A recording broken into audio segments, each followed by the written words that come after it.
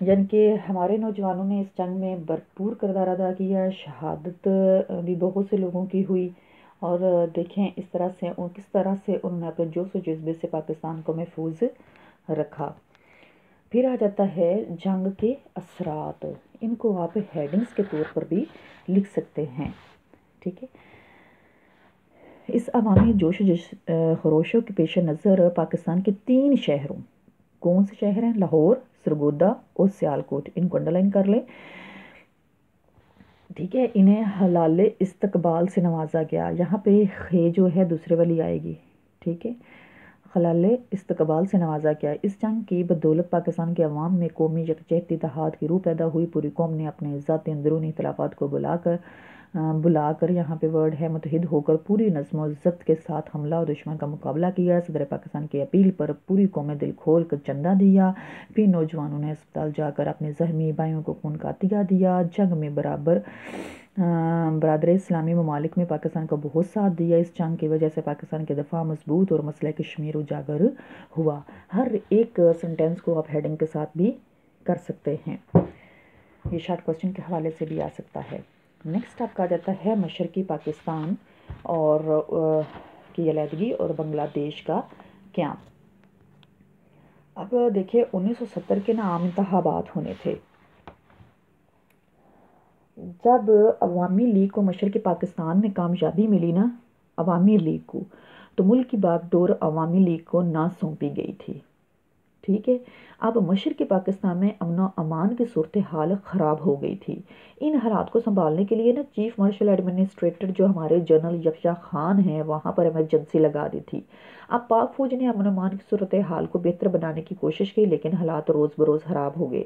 اب ان حالات کو دیکھتے ہوئے نا 15 مارچ 1971 کو 1971 کو مشرقی پاکستان ہم سے علیحدہ ہو گیا۔ 16 دسمبر کو تو یہاں پہ ہم یہ بھی کہہ سکتے ہیں کہ ان حالات کو دیکھتے ہوئے نا 15 مارچ 1971 کو ذوالفقار علی بھٹو نے جنرل یحییٰ خان، شیخ مجیب الرحمان کو ڈھاکہ کی ملاقات ہوئی تاکہ حالات کو پرامن بنایا جا سکے۔ یہ مذاکرات بغیر کسی نتیجے کے ختم ہو گئے اور لاکھوں کی تعداد میں بنگالیوں نے بھارت کی طرف ہجرت کرنا شروع کر دی، اور بھارت نے بنگالیوں کی مدد کی اور سرکاری طور پر اعلان کر دیا کہ بھارتی فوجوں نے باغیوں کا اسلحہ بھی دیا، اور اس طرح 16 دسمبر 1971 کو مشرقی پاکستان ہم سے علیحدہ ہو گیا اور بنگلہ دیش کے نام سے علیحدہ ملک بن گیا۔ اب ہیں مشرقی پاکستان کی علیحدگی کے اسباب، وہ کون سی وجوہات ہیں جن کی بنا پر پاکستان ہم سے علیحدہ ہوا۔ پیج نمبر 53 پر ہے، یہاں پر لکھا ہوا کیا آپ جانتے ہیں؟ ثانیہ آرمی پبلک اسکول پشاور 16 دسمبر 2014 کو وقوع پذیر ہوا۔ یہ جو آرمی پبلک میں حملہ ہوا تھا بہت سے بچوں کو شہید کر دیا گیا تھا۔ یہ شارٹ کوسچن کے MCQs کے حوالے سے بھی پوچھا جا سکتا ہے۔ سب سے پہلے ہے جغرافیائی فاصلہ۔ اب مشرقی پاکستان اور مغربی پاکستان کے درمیان 1000 میل کا فاصلہ تھا۔ کتنا؟ 1000 میل کا فاصلہ تھا۔ ان دونوں حصوں کے درمیان ملک بھارت تھا جو کہ 1947 میں تقسیم ہند کے وقت بعد سے ہی پاکستان کی سالمیت کو نقصان پہنچایا۔ آپ کو یاد ہے وہ ریڈ کلف کی غیر منصفانہ تقسیم جو تھی، جس میں پاکستان اور کے بہت سے علاقے جو تھے بھارت کے حوالے کر دیے گئے، اور اس طرح سے تقسیم کی گئی کہ پاکستان کے 2 حصے بنا دیے، ایک مشرقی پاکستان ایک مغربی پاکستان، اور سینٹر میں جو تھا وہ بھارت تھا۔ انہوں نے یہ کام کیوں اس لیے کیا تاکہ جو پاکستان ہے کہہ لے کہ معاشی طور پر سٹرونگ نہ ہو سکے اور دوبارہ یہ پاکستان بھارت کا حصہ بن جائے۔ پھر ہے تجارت و ملازمت پر ہندوؤں کے اثرات۔ اب مشرقی پاکستان جو تھا نا وہاں پر تجارت سرکاری ملازمتوں پر کافی تعداد میں ہندو چھائے ہوئے تھے۔ کون تھے؟ ہندو، اور وہ ایک خاص منصوبے کے تحت لوگوں کے اندر علیحدگی کے جذبات کو ابھار رہے تھے۔ پھر نیکسٹ آ جاتا ہے معاشی پسماندگی۔ اب مشرقی پاکستان معاشی لحاظ سے مشرقی پاکستان کون سا ہے؟ جو بنگلہ دیش ہے اس وقت، ٹھیک ہے، ہم مغربی پاکستان میں اس وقت موجود جو ہے۔ کسی بھی حکومت نے اس علاقے کو معاشی پسماندگی کو دور کرنے کے لیے ہاتھ اور خواہ اقدامات نہ کیے، اس علاقے کی طرف توجہ نہ دی۔ پھر ہندو اساتذہ کا کردار، ٹھیک ہے، تو مشرقی پاکستان میں تعلیم کا شعبہ پوری طرح ہندو کے کنٹرول میں تھا۔ انہوں نے بنگالیوں کے پاکستان کے خلاف پوری طرح تیار کیا اور ان کے جذبات کو بارا۔ زبان کا مسئلہ آ جاتا ہے۔ زبان کا مسئلہ اگرچہ 1956 اور 62 کے دساتیر میں حل ہو گیا تھا، یاد ہے نا وہ بنگالی زبان اور اردو زبان کا مسئلہ پیدا ہوا تھا کہ بنگالی ہونی چاہیے کہ اردو ہونی چاہیے، تو 1962-56 میں کیا ڈیسائیڈ کیا گیا تھا کہ اردو اور بنگالی دونوں زبان قومی زبانیں جو تھی ڈکلیئر ہوئی تھیں۔ مگر مشرقی پاکستان کے لوگوں کے اندر زبان کے حوالے سے ایک احساس محرومی پیدا ہو چکا تھا، جو ان اقدامات کے باوجود بھی ختم نہ کیا جا سکا۔ پھر ہے نمائندگی کی شرح کا مسئلہ۔ اب دیکھیں مشرقی پاکستان کی جو آبادی تھی نا وہ 56 یعنی کہ 56% تھی، اور وہ آبادی کی اکثریت کی وجہ سے نمائندگی کا حق چاہتے تھے۔ تو اگر 56 مشرقی پاکستان کی ہے تو مغربی پاکستان کی کتنی ہوئی؟ 44، ٹھیک ہے۔ اگرچہ انہوں نے 1956 اور 62 کے آئین میں برابری کی بنیاد پر نمائندگی قبول کر لی تھی، مگر ان کے جائز حقوق نہ دیے گئے، لہٰذا ان میں مایوسی پیدا ہو گئی۔ یعنی کہ ان کے پھر 6 لوگ ہونے چاہیے تھے، اور یعنی کہ مشرقی پاکستان سے 6 لوگ ہونے چاہیے تھے اور مغربی پاکستان سے 5 کیلے ہونے چاہیے تھے، لیکن برابری یعنی کہ 5 مشرق سے 5 مغربی پاکستان سے سلیکٹ کیے گئے۔ اس طرح سے ایک ایگزامپل میں آپ کو دے رہی ہوں کہ اسٹرینتھ اتنی ہونی چاہیے، جیسے کہ آپ پہلے بھی پڑھ چکے ہیں کہ 300 اسٹرینتھ لی گئی تھی، 150 مشرقی پاکستان سے اور 150 مغربی پاکستان سے۔ اب بھارت کی مداخلت، دیکھیں بھارت کے مشرقی پاکستان کے معاملات میں بے جا مداخلت نے بھی حالات کو خراب کر دیا تھا۔ بھارت نے مکتی باہنی کارکنوں کو تربیت اور امداد دینے کے علاوہ علیحدگی چاہنے والوں کی حوصلہ افزائی بھی کی۔ مکتی باہنی ایک گروپ تھا جو کہ بھارت کی طرف سے ہمارا جو مشرقی پاکستان ہے وہاں پر بھیجا، اور وہاں پر کیلے کے لوگوں کے ساتھ اس طرح کا رویہ کیا کہ وہ مشرق سمجھنے لگے کہ مغربی پاکستان کے لوگ ہمارے ساتھ اس طرح کر رہے ہیں، اور اس گروہ نے، ان کارکنوں نے جو ہے ان لوگوں کی حوصلہ افزائی کی تھی جو علیحدگی چاہتے تھے۔ تو بھارت کی مداخلت نے اور مسئلہ بھی سنگین کر دیا تھا۔ شیخ مجیب الرحمن کے 6 نکات، تو عوامی لیگ کے صدر شیخ مجیب الرحمن کے 6 نکات نے بھی علیحدگی کو فروغ دیا، اور وہ 6 نکات آلریڈی آپ ڈسکس کر چکے ہیں کلاسز میں۔ پھر آ جاتا ہے نیکسٹ ہمارا 1970 کے عام انتخابات۔ اب 1970 کے انتخابات نے حالات کو ایک نئی کروٹ دی، اور مشرقی پاکستان میں عوامی لیگ کی مکمل کامیابی کے بعد لوگوں نے ایک نئے انداز سے سوچنا شروع کر دیا تھا۔ دیکھیے بنگلہ دیش کے قیام کے بعد نا جنرل یحییٰ خان نے باقی رہ جانے والے مغربی پاکستان میں حکومت پاکستان پیپلز پارٹی کے سربراہ ذوالفقار علی بھٹو کے سپرد کر دی تھی، لیکن اس جماعت کو 1970 کے انتخابات میں مغربی پاکستان میں اکثریت حاصل ہوئی تھی۔ اس طرح ذوالفقار علی بھٹو نے پاکستان کے تاریخ میں پہل سول مارشل ایڈمنسٹریٹر کی حیثیت سے عہدہ سنبھالا تھا۔ اب ملک کا نظام چلانے کے لیے ایک عبوری آئین یعنی کہ 1972 میں بنایا گیا، اور مستقبل کے آئین کے لیے نئی منتخب ہونے والی قومی اسمبلی کو 25 ارکان پر مشتمل ایک کمیٹی بنائی، جس میں تمام سیاسی جماعتوں کی نمائندگی دی گئی تھی۔ تو یہ ہمارا دیکھیں مشرقی پاکستان کی علیحدگی اور بنگلہ دیش کا قیام۔ اس میں آپ انڈر لائن کر لیں 15 مارچ 1971 کو ذوالفقار علی بھٹو نے کن کو میٹنگ کے لیے بلایا، ٹھیک ہے۔ اس کے بعد نیکسٹ پیج دیکھیں، کیا آپ جانتے ہیں، یہ آپ نے مست یاد کرنا ہے۔ مشرقی پاکستان کی علیحدگی کس باب، اس میں سے کوئی بھی 2 پوچھے جا سکتا ہے، لانگ کوسچن کے حوالے سے ہے تو سارا آپ نے کرنا ہے۔ پھر 1970 کے انتخابات پر بھی نوٹ آ سکتا ہے، ٹھیک ہے۔ ہندو استاذہ کے کردار پر بھی نوٹ آ سکتا ہے۔ ڈائری قرارداد مقاصد کی اہمیت پر نوٹ لکھیں۔ 1962 کے آئین کی اہم خصوصیات بیان کریں۔ صدر ایوب خان کے ماشاءاللہ کے 2 اہم وجوہات بیان کریں۔ عوامی لیگ کے مشرقی پاکستان میں کامیابی کے بعد کیا ملک کی باغ ڈور عوامی لیگ کو سونپ دی گئی۔ مشرقی پاکستان کی علیحدگی کے 2 اسباب بیان کریں۔ مشرقی پاکستان کی علیحدگی کے اسباب میں جغرافیائی فاصلے پر نوٹ لکھیں۔ یہ آج کی آپ کی ڈائری ہے، اسے اپنے شارٹ کوسچن، لانگ کوسچن کے حوالے سے بہت اچھی طرح سے پریپیئر کیجیے گا۔ اللہ حافظ۔